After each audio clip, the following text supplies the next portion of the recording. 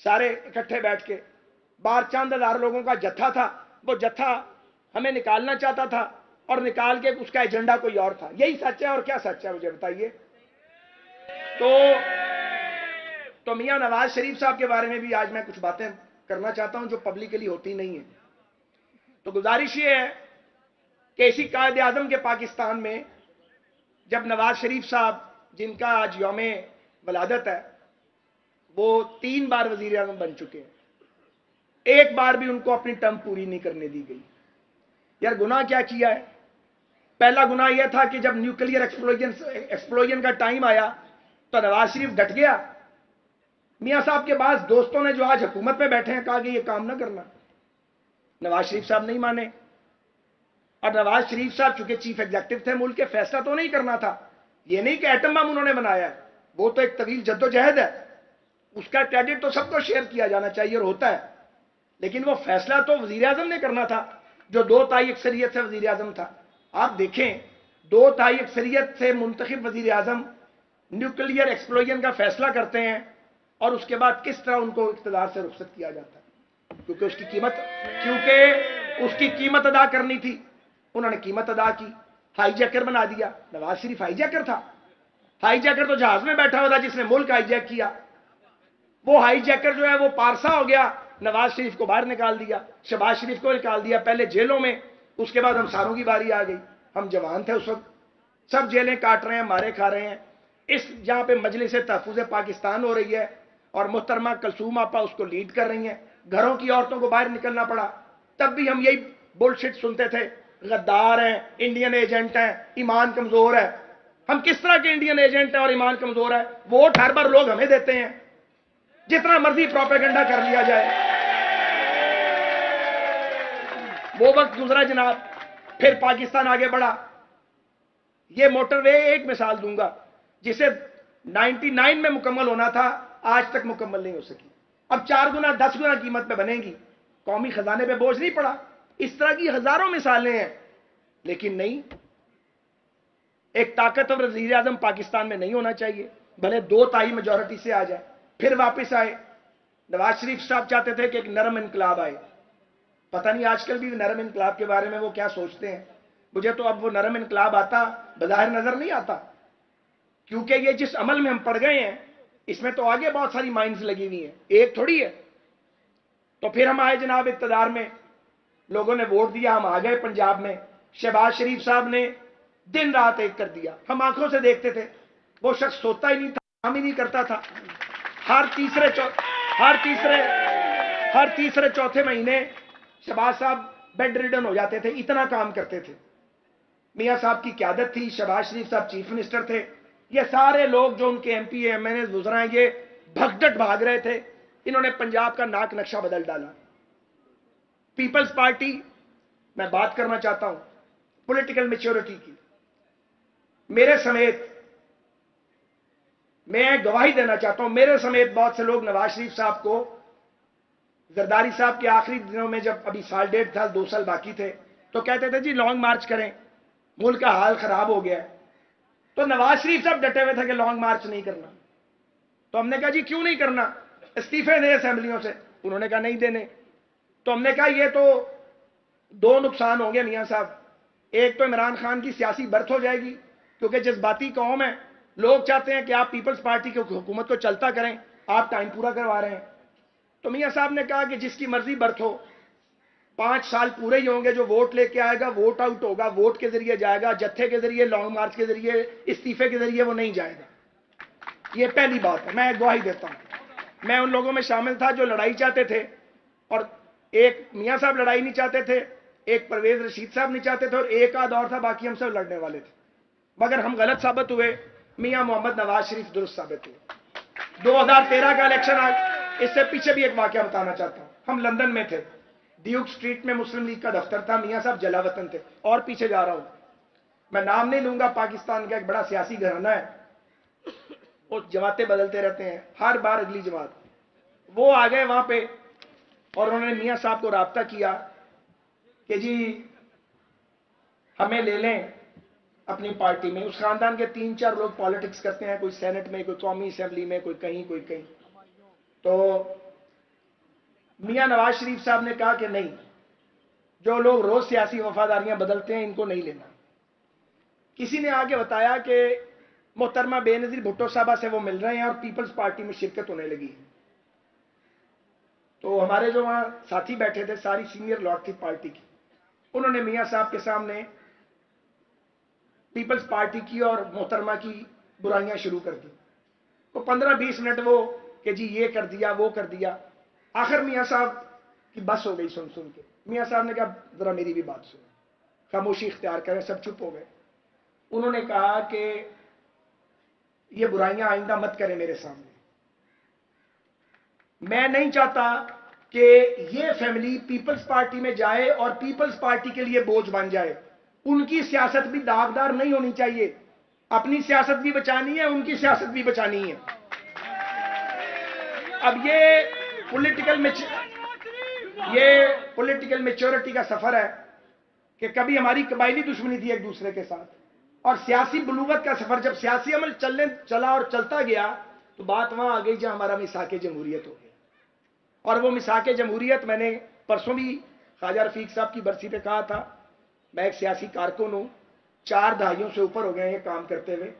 وہ آئین پاکستان کے بعد، قرارداد مقاصد کے بعد پاکستان کا اہم ترین پولیٹیکل ڈاکومنٹ ہے، جس کو ایکسٹینڈ کیا جانا چاہیے تھا باقی سیاسی جماعتوں تک، اور آج بھی اس کی ضرورت ہے تاکہ ہم ایک سیاسی معاہدے پر آئیں جس پہ تمام پولیٹیکل سٹیک ہولڈرز جو ہیں ان کی کنسنٹ موجود ہو۔ تو میں کہنا یہ چاہ رہا ہوں، تمام ترکباتوں کے باوجود قائد اعظم کے پاکستان میں اصلاح احوال کے لیے مسلم لیگ نون نے بہت کوشش کی ہے، غلطیاں بھی کی ہیں، ابتدا میں بہت غلطیاں بھی کی ہیں، لیکن سیکھا ہے، اور جب کوئی غلطی کی ہے تو اس کو دہرایا نہیں ہے، اس کو رپیٹ نہیں کیا، اپنی اصلاح کی ہے۔ مثال کے طور پہ عمران خان صاحب کی KPK میں حکومت کیسے بن سکتی تھی اگر نواز شریف صاحب اور فضل الرحمان صاحب فیصلہ کر لیتے؟ وفاق میں ہماری حکومت بن رہی تھی اور صوبے میں ہماری دونوں پارٹیوں کی نشستیں عمران خان صاحب سے زیادہ تھیں اور عمران خان صاحب کی سمپل میجورٹی نہیں تھی۔ میں گواہ ہوں، پریوی ہوں مجلس کا، جس میں میاں صاحب کو ایک کال آئی ایک لیڈر کی اور انہوں نے کہا آئیں مل کے جماعت بناتے، اپنا حکومت بناتے ہیں۔ نواز شریف صاحب نے کہا میں 10-15 منٹ بعد بتاتا ہوں۔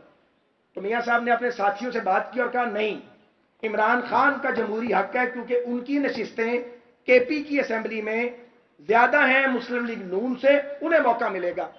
اب آپ احسان فراموش ہیں تو اس کا کچھ ہو نہیں سکتا، احسان نہ مانیں، آپ احسان نہ مانیں، آپ ریالٹی کو تو تسلیم کریں۔ وہ آپ کو بنیاد ملی سیاست کرنے کی، آپ کو وہاں حکومت نہ کرنے دی جاتی تو آپ یہاں تک آ سکتے تھے؟ اسی طرح بلوچستان میں ثناء اللہ زہری صاحب نے جو بھی کیا، انہوں نے لوگ جوڑ لیے۔ وہ مسلم لیگ تو خیر تھی نہیں، لیکن بہرحال ممبران موجود تھے۔ اس وقت بھی میاں نواز شریف صاحب نے کہا کہ بلوچستان کو قوم پرست حکومت کی ضرورت ہے، تاکہ جو لوگ ملک سے باہر بیٹھے ہیں یا جو پہاڑوں پہ چڑھے ہوئے ہیں ان سے بات چیت کی جائے۔ اس کے لیے ضروری ہے کہ بلوچ وزیر اعلیٰ ہو اور قوم پرست پولیٹیکل پارٹی کا ہو۔ تو میاں صاحب نے اپنی حکومت نہیں بنائی، ڈاکٹر مالک صاحب کی حکومت بنائی اور پھر اس کو 2.5 سال چلایا کامیابی کے ساتھ، اور ڈاکٹر مالک صاحب نے بھی بڑا اچھا کام کیا اور معاملات بہتری کی طرف گئے۔ تو کہنا یہ چاہ رہا ہوں اور یہاں سم اپ کرنا چاہتا ہوں کہ اگر ہم نے اپنے ملک کو متحد رکھنا ہے تو پھر یہ مارا ماری، پکڑا پکڑائی اور ایک دوسرے کا منہ کالا کرنا اور مطلب کہ لوگوں کو DG نیب لگا دینا بغیر کسی ایڈورٹیزمنٹ کے کہ پھر رگڑا لگائے گا، یار یہ دھندا چھوڑ دو، اس کا کوئی فائدہ نہیں ہے، اس میں سے کچھ نہیں نکلنے والا۔ مہربانی کریں ملک کو چلنے دیں، سیاست کو چلنے دیں، سیاست دانوں نے خیال کرنا ہے۔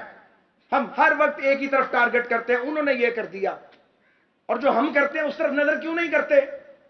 ہم اپنی جماعتوں کو منظم کریں، ہم جمہوری اقدار کو فروغ دیں، ہم ایک دوسرے کو برداشت کریں۔ ملک کا وزیر اعظم پارلیمنٹ میں آتا ہے، وہ اپوزیشن کی طرف دیکھتا ہی نہیں ہے، سلام لینے کا روادار نہیں ہے۔